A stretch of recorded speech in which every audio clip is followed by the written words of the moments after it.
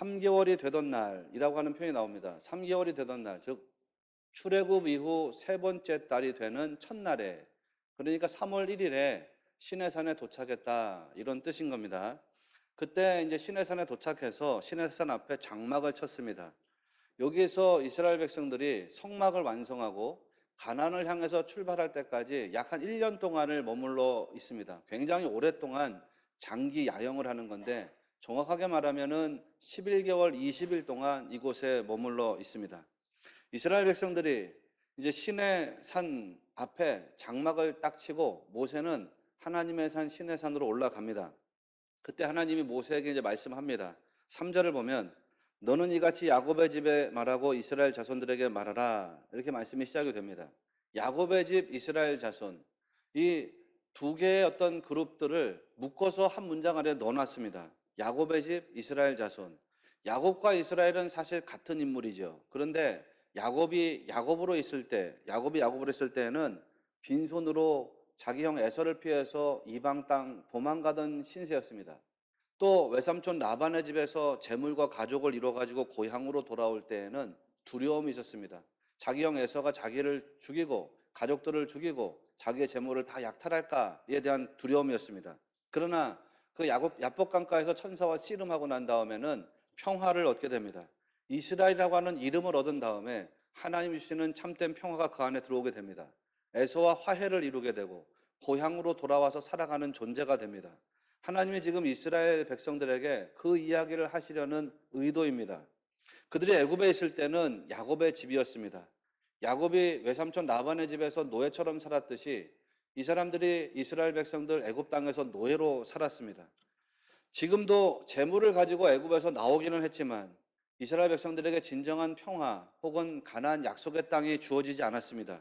그런데 하나님께서 그 야곱의 집을 이스라엘 자손으로 바꾸게 하시겠다, 이스라엘 자손 되게 하시겠다라고 하는 말씀입니다. 이거 일종의 하나님의 의지이죠. 하나님께서 의지를 발동하셔서 야곱을 이스라엘로 변화시키겠다고 하시는 것입니다. 야곱이 가나안이라고 하는 자기 고향 땅에 정착하게 하신 것처럼 이스라엘 백성들이 가나안이라고 하는 약속의 땅에 정착하게 하시겠다, 그 땅으로 인도하여 들이시겠다라고 하는 의지의 표현입니다. 그리고 그 땅에 들어가서 거기서 정말 참된 평화와 행복을 누리도록 하겠다, 그 누리면서 살게 하시겠다라고 하는 약속의 말씀입니다. 이런 게 사실 이제 엄청난 은혜지요. 사실 이스라엘 백성들은 하나님과 언약을 체결할 만한 자격이 없습니다.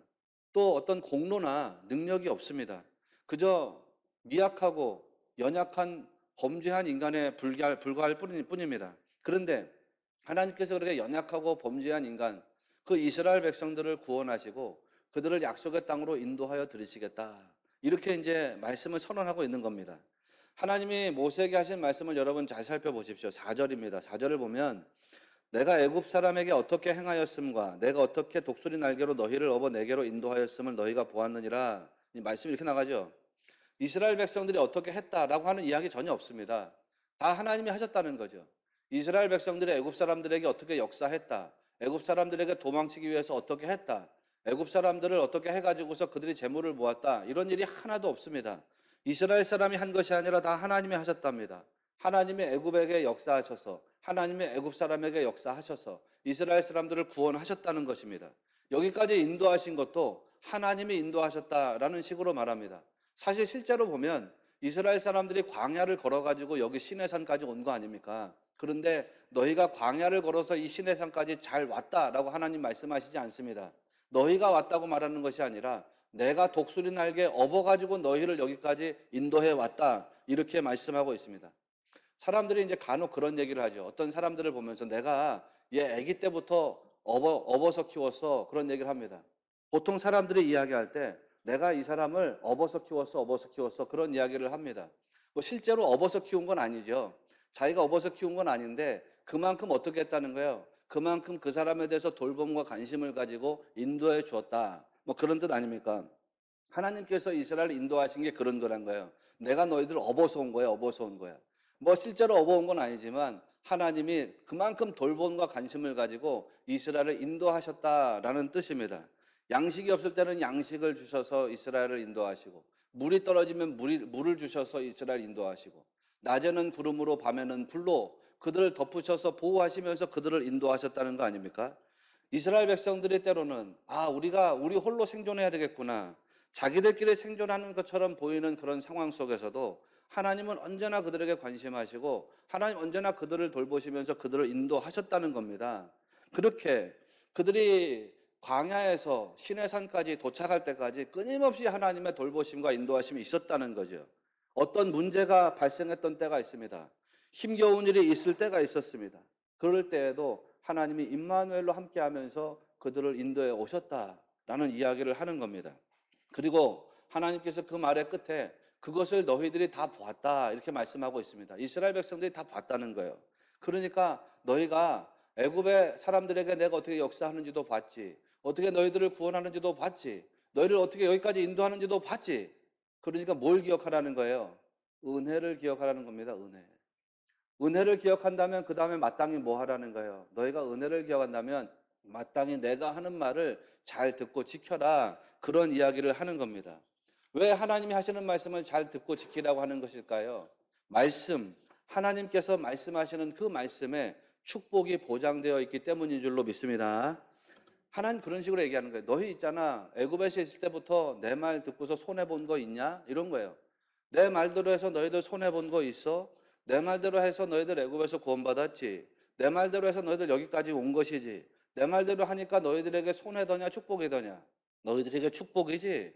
그러니까 너희들 나의 은혜를 기억하고 내가 하는 말을 지금부터 더욱더 열심으로 잘 듣고 잘 지켜라. 이런 식으로 하나님이 말씀하셨단 말이에요. 이거 이해가 되십니까? 네, 아멘이시죠?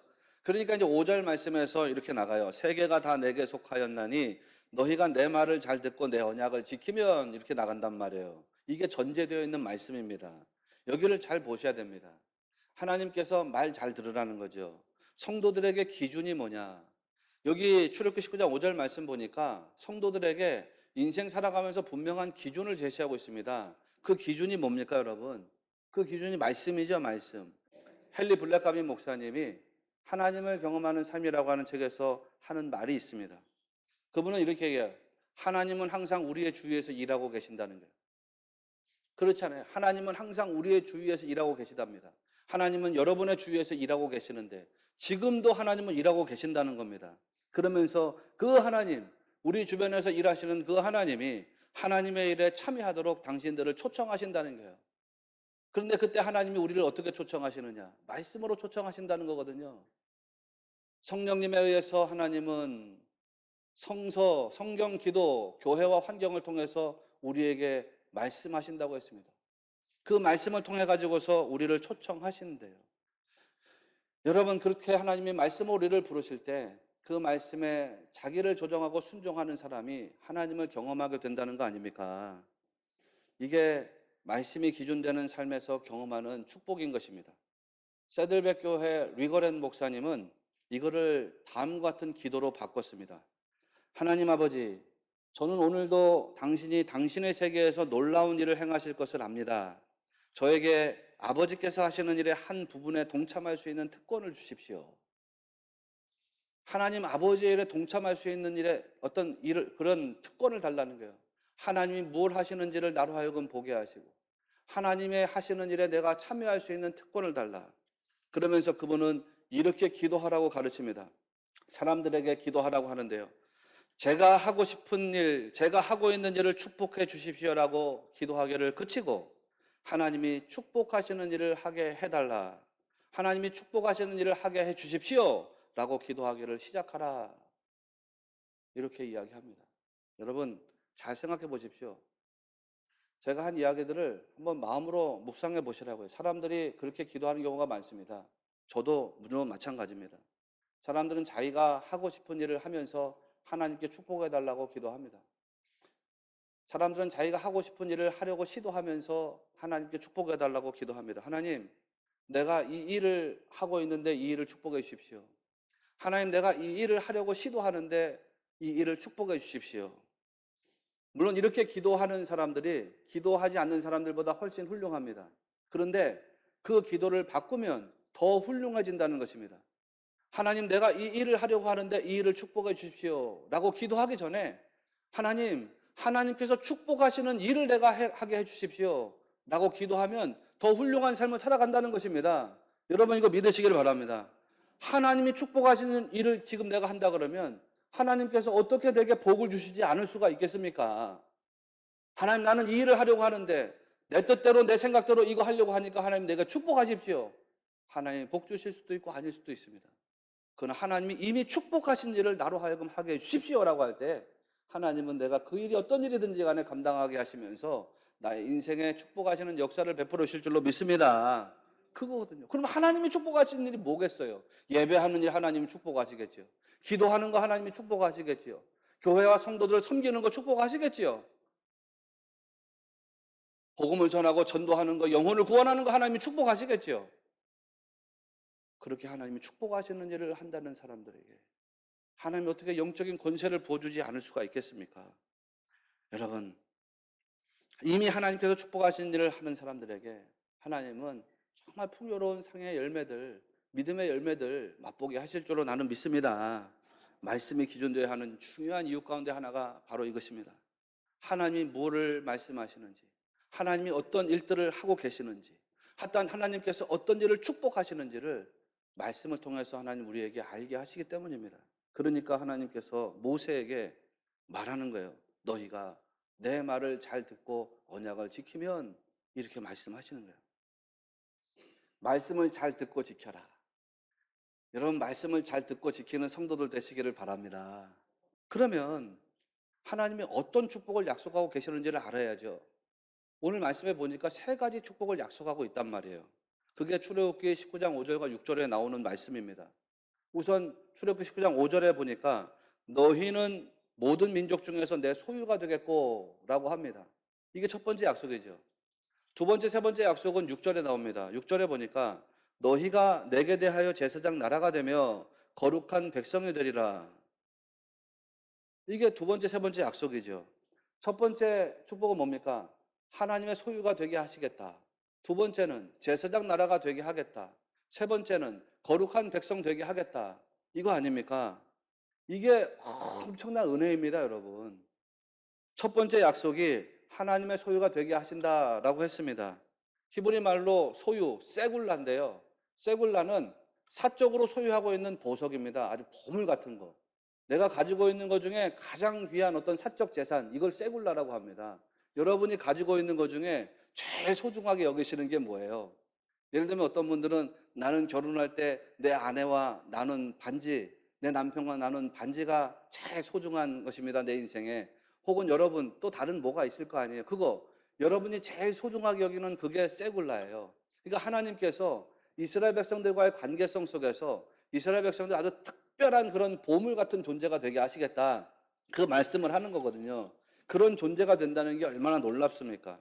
하나님께서 야곱 같은 존재를, 야곱이 어떤 사람이 속이고 속고 사기치고 사기당하고 막 그런 야곱 같은 존재를 이스라엘, 하나님과 겨루어서 이긴 자와 같이 그런 존귀한 존재로 바꾸신다는 거 아닙니까? 여러분 기억하시는가요?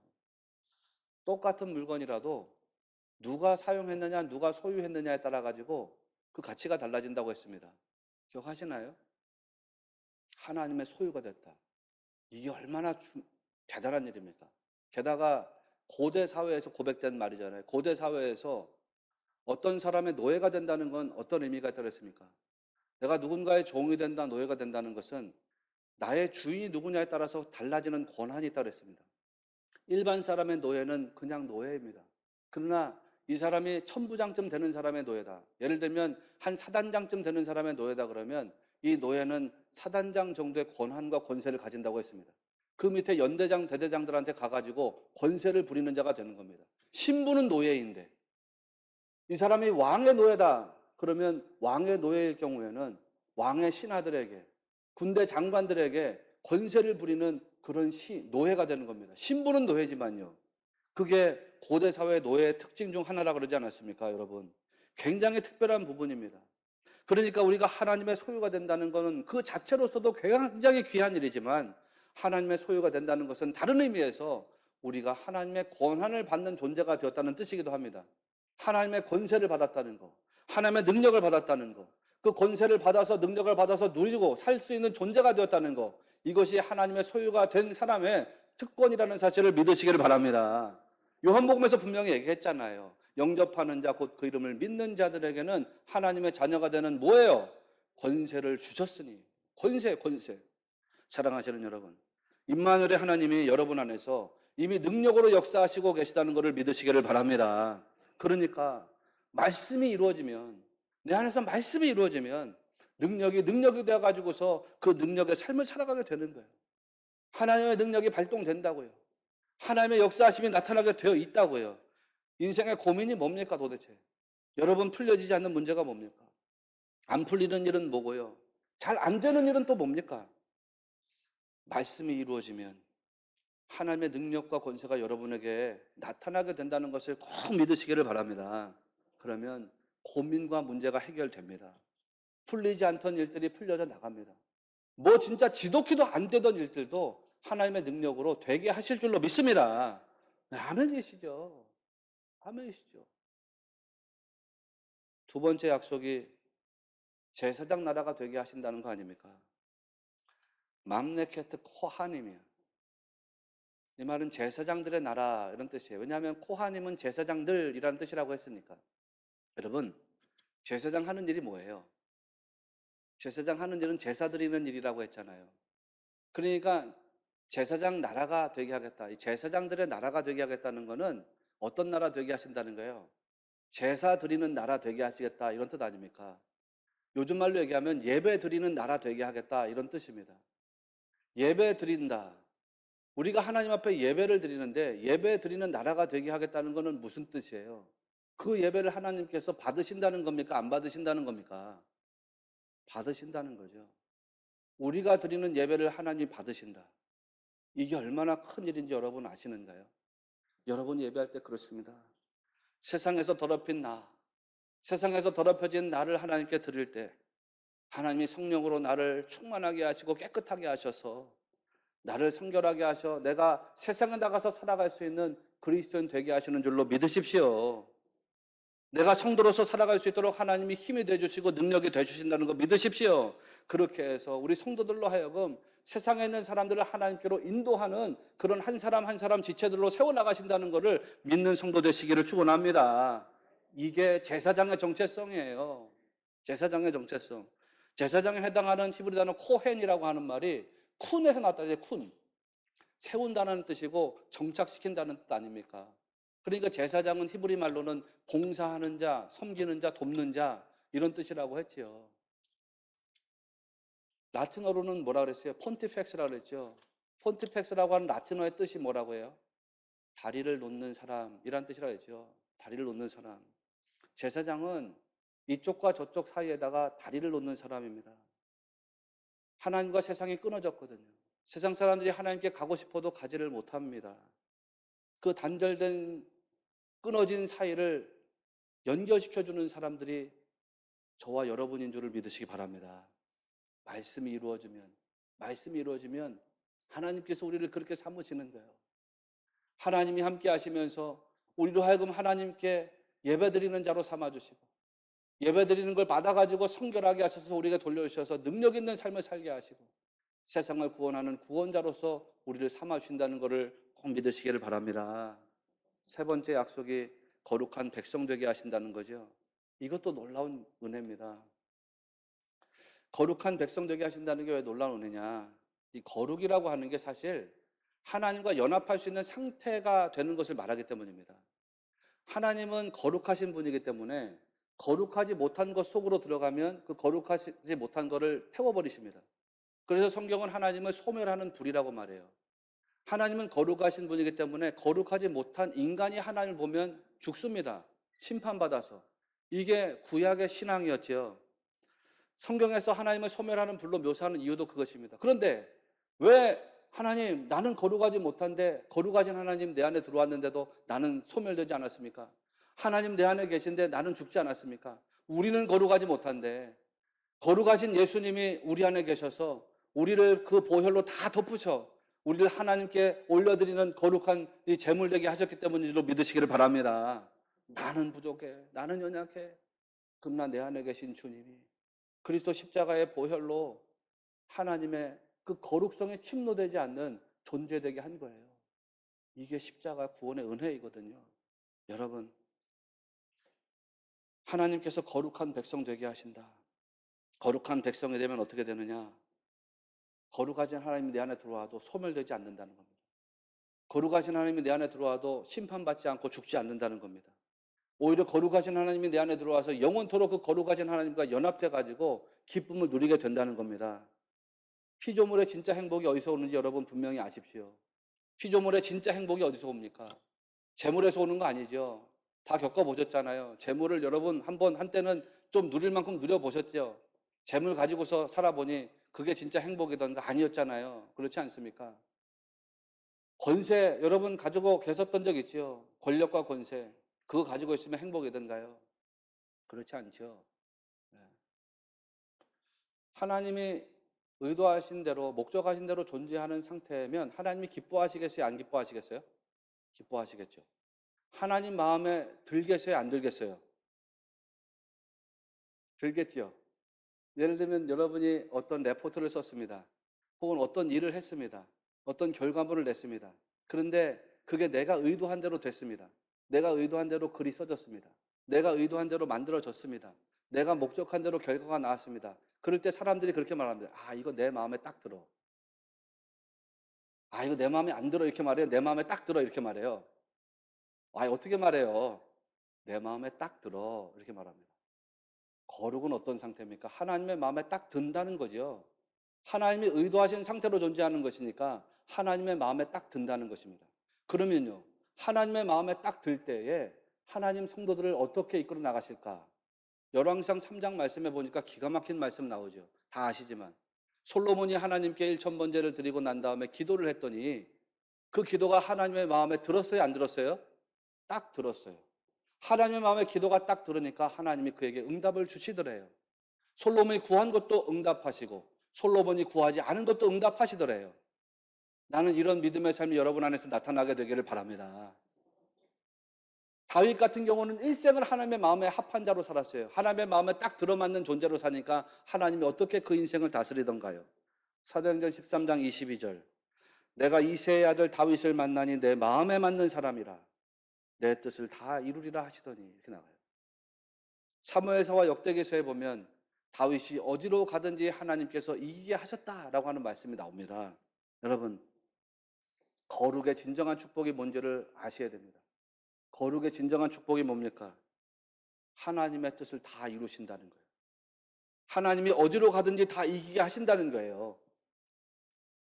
여러분 자식들이 일생 살아가면서 여러분 부모님의 뜻을 다 이루는 자가 없습니다. 저도 죄송하지만 마찬가지고 여러분의 자식들도 아버지 어머니의 뜻을 다 이루는 자식은 존재하지 않아요. 여러분 스스로도 여러분의 인생을 돌이켜보면 내가 우리 아버지 우리 어머니의 뜻을 다 이뤘다라고 말할 수 있는 존재가 얼마나 되시겠어요? 다 이루는 사람은 없어요. 내가 우리 사장님의 뜻을 다 이루어야지. 내가 우리 선배의 뜻을 상사의 뜻을 다 이루어야지. 내가 사람들의 뜻을 다 이루어야지. 그런 존재가 있을 수가 없어요. 그런데 하나님께서 하나님 마음에 딱 들어맞는 사람들을 어떻게 이끄신다는 거예요?